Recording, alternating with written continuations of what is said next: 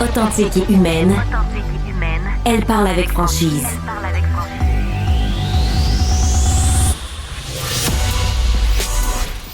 Elle traite l'information avec rigueur et efficacité. Une approche fraîchement moderne de l'actualité. Isabelle Maréchal. Bonjour tout le monde, un très bon vendredi à vous. Salut Fred Bastien. Bonjour Isabelle. Merci d'être là. Il fait très beau dehors. Oui, absolument. Alors, absolument. On va espérer que ça continue, même si on nous annonce peut-être un peu plus pour demain, mais regarde. Faut en profiter, là. On en profite. C'est l'été qu'on prolonge, là. Voilà. Merci à tous ceux qui se joignent à nous pour ces 2 heures d'après-midi. On a beaucoup de sujets, comme d'habitude, à aborder avec vous. On voulais revenir avec l'équipe sur la question des peines, des sentences. Vous avez été très nombreux, hein, Fred, hier. Là, on a reçu tellement de courriers, puis vous avez été, pendant qu'on en débattait à l'émission, vous avez été très nombreux même à nous appeler là-dessus. Je pense qu'il y a comme une espèce de constat dans la population que c'est important de parler de ce sujet-là, c'est-à-dire, y a-t-il une véritable justice pour les victimes? Moi, c'est un thème qui me touche vraiment beaucoup. Et on peut même pas se mettre dans la peau de quelqu'un d'une famille qui a perdu un proche assassiné et qui voit le meurtrier de son enfant à l'air libre avec des conditions qui, sincèrement, sont inacceptables. Et je vais vous présenter 2 personnes, 2 pères qui... mon Dieu, je suis déjà émue parce que d'abord, il y a Pierre-Hugues Boisvenu. On se rappelait avant l'émission que ça fait très longtemps qu'on se connaît, Pierre-Hugues, avant même que vous... Une vingtaine d'années au moins. Oui, avant même que vous soyez sénateur. Je pense que j'ai été une des premières à faire des entrevues avec vous sur le décès de Julie, qui a été assassinée, je le rappelle, en 2001, à 27 ans, par Hugo Bernier, un criminel récidiviste. Vous avez fondé dans la foulée l'Association des familles de personnes assassinées ou disparues pour justement donner une voix aux victimes. Merci beaucoup d'être là aujourd'hui. Vous êtes accompagné de Guy Bonnier, qui est le père de Romane Bonnier. Vous allez vous en souvenir, tout le monde. Le meurtre de Romane nous a tous abasourdis, hein, Fred? Tu te souviens aussi? Ça s'est passé en plein jour, en plein milieu de la rue, au centre-ville de Montréal. Cette jeune femme, 24 ans, une magnifique actrice et chanteuse, qui a été carrément assassinée sauvagement par son ex-coloc chum, poignardé. Il y avait un couteau dans la main devant tout le monde. Il y avait un bouquet de fleurs dans l'autre, ça a l'air. En plein jour, il s'est jeté sur elle. C'est terrible. C'est terrible, cette histoire. Je suis presque désolée d'être obligée de la raconter à nouveau. Guy Bonnier, vous êtes son père et ça fera bientôt 4 ans. La question qu'on a envie de... C'est même pas une question que je pose parce que c'est comme comment survivre à l'assassinat de son enfant. On peut même pas imaginer ça. Il n'y a pas vraiment de recette de survie. C'est une épreuve qui va nous suivre jusqu'à notre mort, finalement. Je pense que M. Boisvenu est mieux placé encore moi pour en parler. Mais on doit faire face à l'épreuve et essayer de transformer l'épreuve en quelque chose de positif, ce que M. Boisvenu a fait. J'ai mis en contexte le fait que les sentences paraissent souvent pour les familles de victimes d'actes criminels pas vraiment ou pas forcément à la hauteur du crime. Évidemment, il y a la douleur déjà de perdre son enfant, mais il y a la douleur de perdre son enfant dans les mains de meurtriers, parfois récidivistes, qui se trouvent à avoir des conditions de détention ou de libération qui semblent aberrantes. Vous le vivez un peu parce que récemment, j'aimerais que vous racontiez ce que vous avez vécu là, quand vous avez dû aller en cours et que vous avez dû entendre les espèces de litanies interminables du meurtrier de votre fille. En fait, le système canadien, dans sa constitution, permet à une personne de se représenter elle-même sans avocat et ça laisse place à un déraillement, c'est le mot. Déraillement total que doivent subir, bien sûr, nous, les familles, mais aussi tout le système au grand complet, c'est-à-dire le juge, les procureurs. Dans le cas de François Pelletier, l'assassin, les amis de la cour. Parce que, bien entendu, on a essayé de trouver un moyen pour cadrer le meurtrier qui se défend lui-même, mais ça ne fonctionne absolument pas. C'est un système très compliqué. On vit dans un système très compliqué. Notre système judiciaire déborde. J'ai compris pourquoi en 33 jours de procès.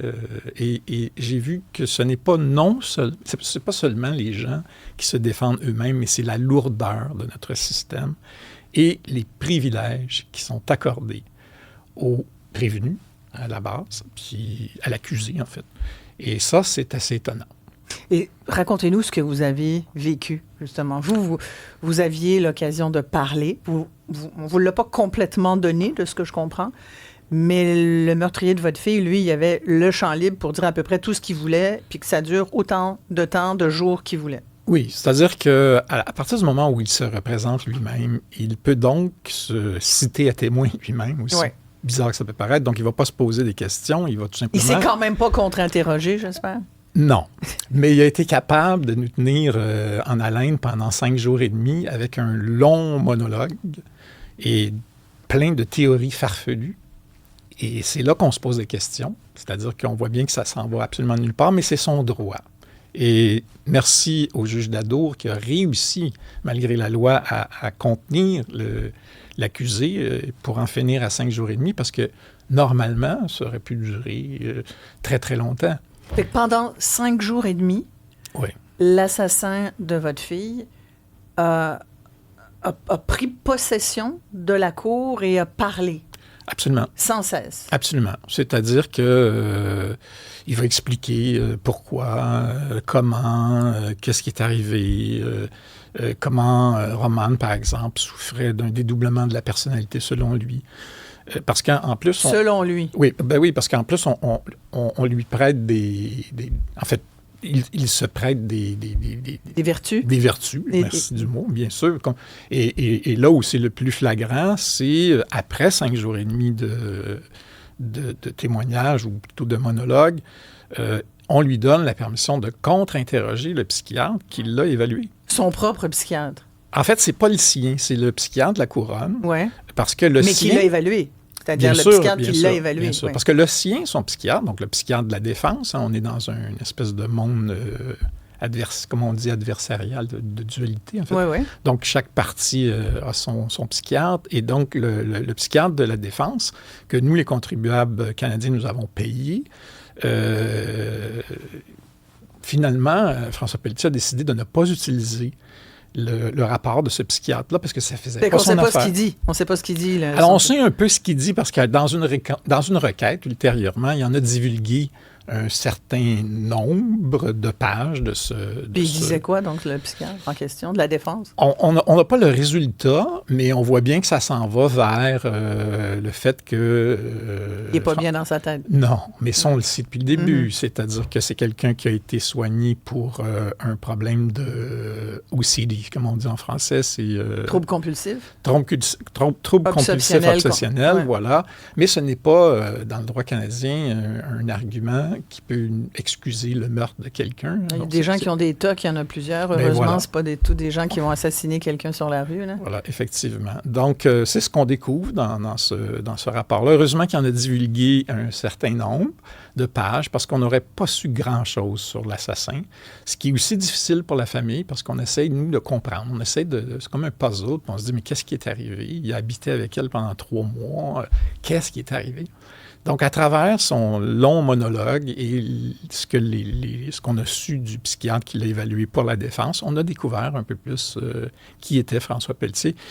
Et comme beaucoup, je crois, d'assassins, ce sont des gens qui, à la base, ont une maladie mentale ou ils ne sont pas normaux. Mais on ne semble pas s'intéresser en amont. Et vous disiez, il a eu la capacité d'interviewer, donc d'interroger le psychiatre de la Couronne. Oui, c'était assez fascinant de le voir contre-interroger le psychiatre qui... En fait, la scène était assez... c'était comme lunaire. C'est un film. C'est un film, un mauvais film. Mais c'était fascinant parce que le psychiatre avait toujours l'impression qu'il répondait aux patients. Alors qu'il était... Lui, c'est par défaut, c'est quand même M.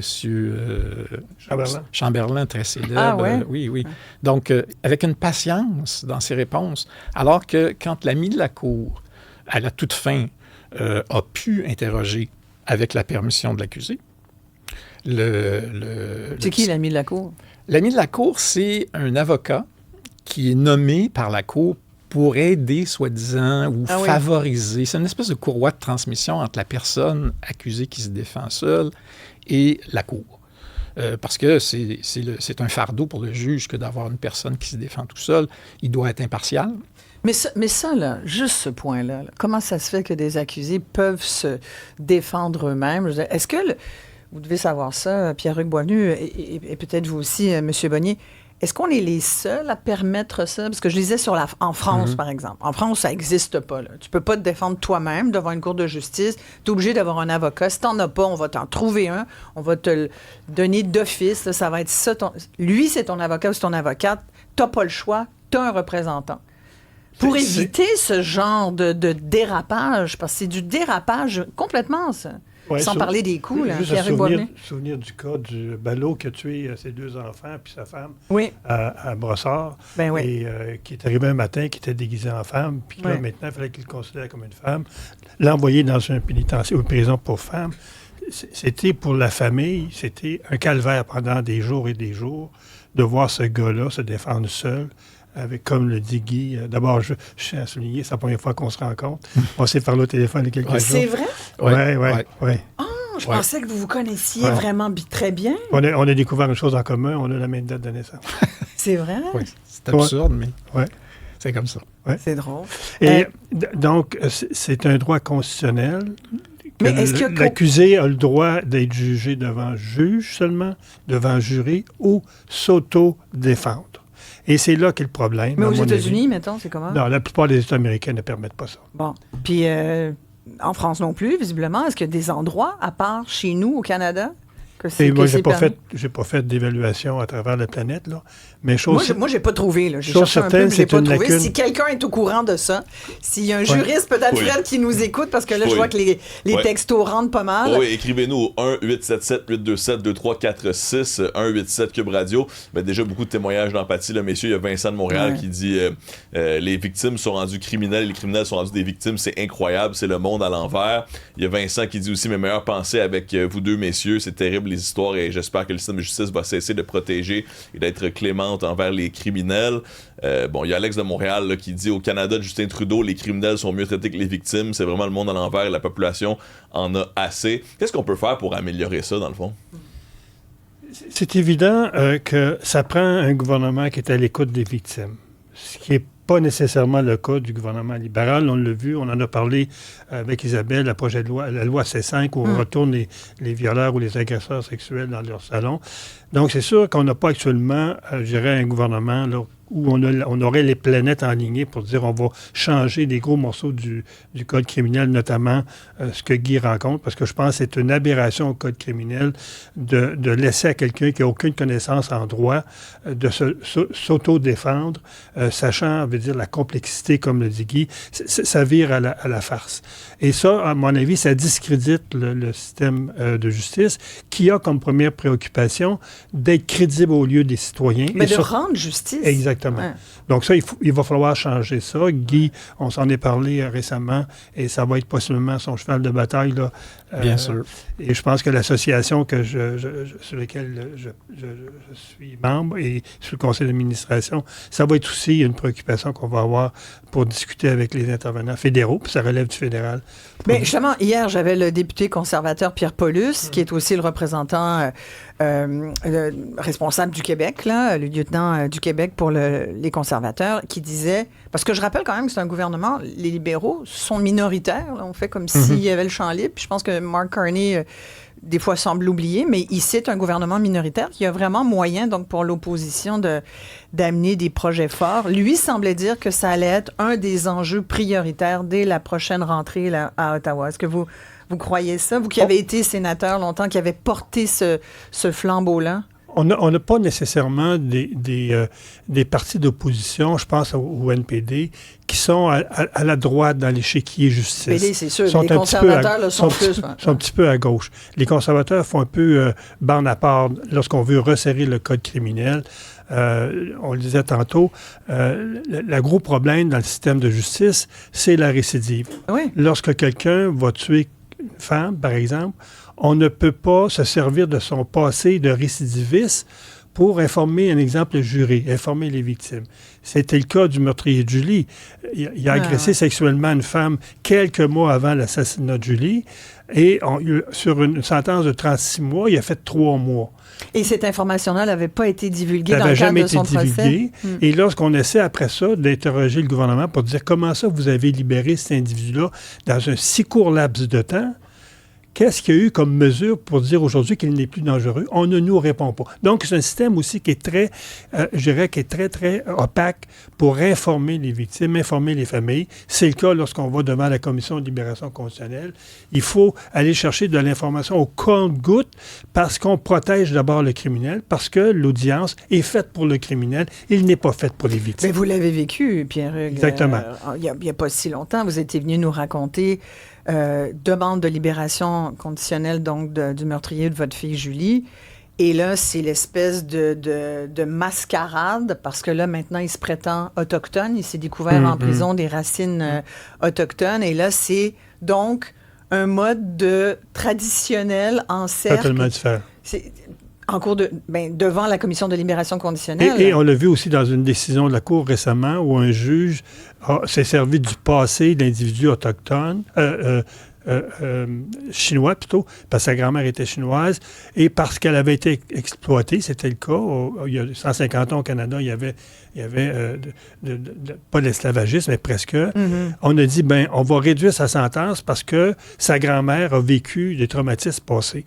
Ça vient faire en sorte qu'on est en train de raciser notre système de justice et c'est dangereux.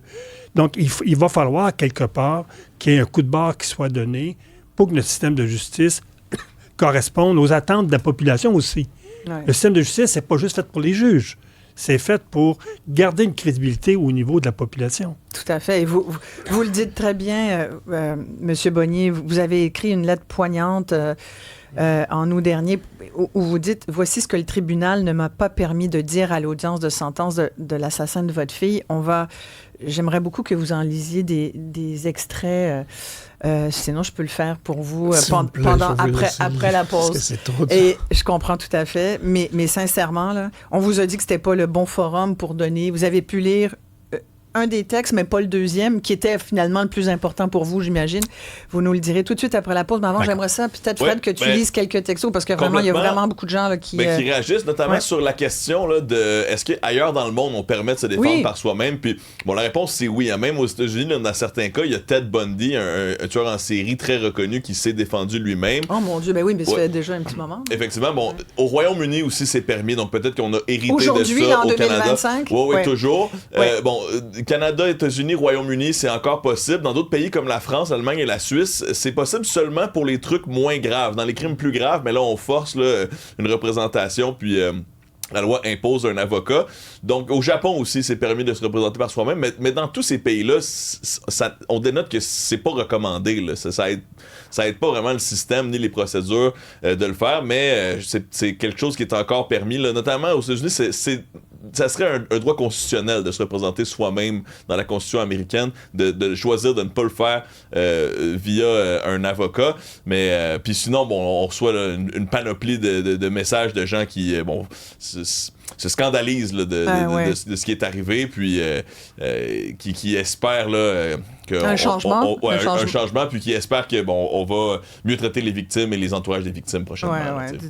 Exactement. Je vous redonne nos numéros 1-877-827-2346. N'hésitez pas à prendre la parole si vous voulez dire un bon mot à nos deux papas ici, Guy Bonnier et Pierre-Hugues Boisvenu, qui ont tous les deux perdu leur fille assassinée sauvagement par des meurtriers. Et bien sûr, par texto 187 Cube Radio. On revient tout de suite après.